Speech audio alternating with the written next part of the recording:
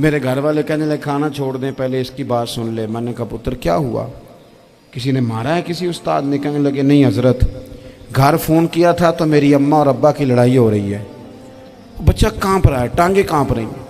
میں نے کہا کیا ہو کیا گیا تمہیں پتر, لڑائی ہو رہی ہے تو گھروں میں ہو ہی جاتی ہے. کہنے لگے نہیں آپ کو پتہ نہیں وہ بڑا سخت لڑتے ہیں. میرے والد جب میری والدہ کو مارنے کے لیے آگے بڑھتے ہیں تو ہم سارے چار پنجوں کے نیچے چھپ جاتے ہیں, ہمیں خوف آتا ہے, وہ منظر خطرناک ہوتا ہے. یہ کون تکلیف دے رہا ہے اپنے بچوں کو؟ یہاں بیٹھے ہمارے ہاں میلوں دور رہتے تھے اس کے گھر والے, تو وہ تکلیف میں تھا, تو گھر میں کیا کیفیت ہوگی؟ اگر حوصلہ ہو, صبر ہو, قناعت ہو, اللہ کے دیے ہوئے تھوڑے رزق پر ہمیں راضی رہنا آتا ہو, ہمارے گھروں میں سکون آئے, اطمینان آئے, ہم جو زندگی بڑی خوشی خوشی گزار سکتے ہیں. ہمارے مزاجوں کا لالچ, ہماری طبیعتوں کی بے راہ روی, ہماری جھوٹی انا کا بت, ان ساری چیزوں کو ختم کر دیتا ہے.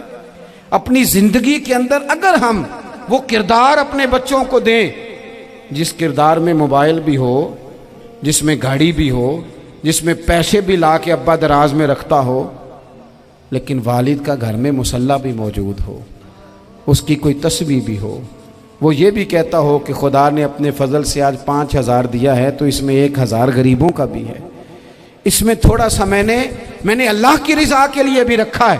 اگر کوئی مشکل آ جائے تو وہ باپ اور ماں کو صبر کرتا ہوا دیکھتے ہوں.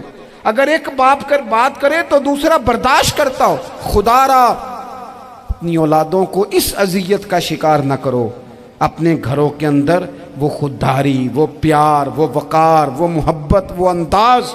آپ تھکے ہوئے ہیں کوئی شک نہیں, آپ بہت سارے مسائل کا باہر شکار ہوں گے کوئی شک نہیں, لیکن آپ باہر سے تھک کے آئے ہیں. اور اگر آپ باہر اپنی فیکٹری کے مالک ہیں اور دفتر کے بڑے ہیں تو گھر میں بھی تو آپ بڑے ہیں نا. آپ کی ماں بھی تو انتظار کر رہی ہے, اس نے بھی تو دکھڑا سنانا ہے نا آپ کو. آپ یہ دیکھیے کہ آپ کے بچے بھی تو انتظار کر رہے ہیں, وہ چاہتے ہیں کہ ابا آ کے بیٹھیں تو ہم ان کے سینے پہ چڑھ کے تھوڑا کھیلیں. آپ کی اہلیہ منتظر ہیں. کچھ باتیں بیوی کسی اور سے نہیں کہہ سکتی, صرف اپنے شوہر سے کہتی ہے, لیکن وہ تو آتے ہی جلال میں آ گئے صاحب. وہ کہنے لگے تو بڑی نالائق ہے, میں تھکا ماندہ آیا ہوں اور تو نے مجھے کہانی سنا دی ہے. وہ اس خاتون سے شدت کے ساتھ پیش آنے لگے. میرے رسول پاک کی حیات نور کو دیکھو, حضرت ام ایمن حضور کی رضائی والدہ ہیں, ان کی بھی خدمت ہو رہی ہے. حضرت حلیمہ سعدیہ آ رہی ہیں تو خدمت ہو رہی ہے. حضرت عباس حضور کے چچا ہیں تو کریم فرماتے ہیں میرے چچا ہیں باپ کی جگہ پہ. حضور دوست احباب صحابہ غلاموں سب کے ساتھ پیار کر رہے ہیں. 9 ازواج مطہرات ہیں گھر کے اندر, اور کیفیت یہ ہے کہ حضور صرف ان کی ضرورتوں کا ہی خیال نہیں کرتے, خواہشات کا ہی خیال نہیں کرتے, بلکہ میرے کریم کا طریقہ یہ ہے کہ کوئی بندہ آج بول کیا رہا ہے, وہ کہاں کھڑا ہے آج, اس کے جملے کس طرح کے ہیں, اس کا لہجہ کس طرح کا ہو گیا ہے اور اسے ٹھیک کیسے کرنا ہے. محبوب اس کا خیال فرماتے, توجہ کرتے. میں کہتا ہوں کہ ہم سب کو شوق آیا ہے آرام کرنے کا. میں صبح 11 بجے سے پہلے اپنے گھر سے نکل آیا تھا اور یہ وقت آ گیا ہے اور رات کو خدا جانے کس وقت گھر پہنچنا ہے.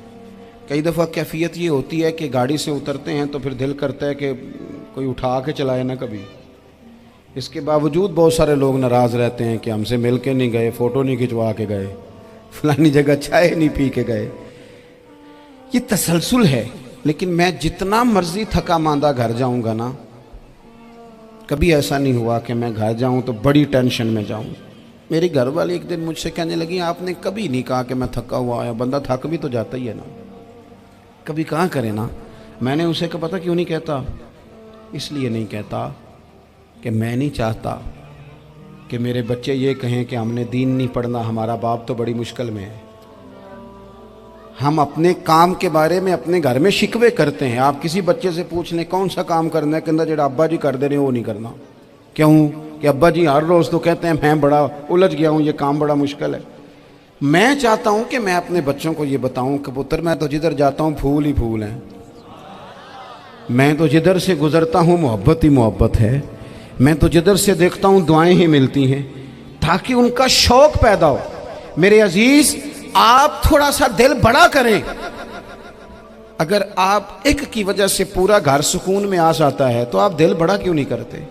جگہ ڈھونڈتے ہیں بس مجھے کوئی تنگ نہ کرے، کوئی میری باپ ماں بدولت کو کوئی پریشان نہ کرے۔ بخاری شریف سنیے، حضرت عائشہ صدیقہ رضی اللہ تعالیٰ عنہ بیٹھی ہیں، حضور فرمانے لگے عائشہ آج ایک بات نہ بتاؤں تمہیں؟ یا رسول اللہ بتائیے۔ حضور فرمانے لگے جب تم مجھ سے ناراض ہوتی ہو تب بھی مجھے پتہ چل جاتا ہے، اور جب راضی ہوتی ہو پھر بھی پتہ چل جاتا ہے۔ تو حضرت سیدہ عائشہ صدیقہ بات سن کے بڑی خوش ہوئیں، یا رسول اللہ وہ کیسے؟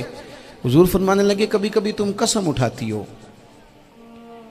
یا رسول اللہ ہاں۔ فرمایا جب ہوتی ہو نا راضی، خوش، تو پھر کہتی ہو مجھے رب محمد کی قسم صلی اللہ علیہ وسلم، پھر تم میرے نام کے ساتھ رب کریم کا نام ملا کے قسم اٹھاتی ہو، رب محمد کی قسم۔ یا رسول اللہ بالکل ایسے ہی ہے۔ اور فرمایا جب تمہارے دل میں کوئی بات ہوتی ہے نا تو پھر تم کہتی ہو مجھے رب ابراہیم علیہ السلام کی قسم، پھر تم رب محمد نہیں کہتی۔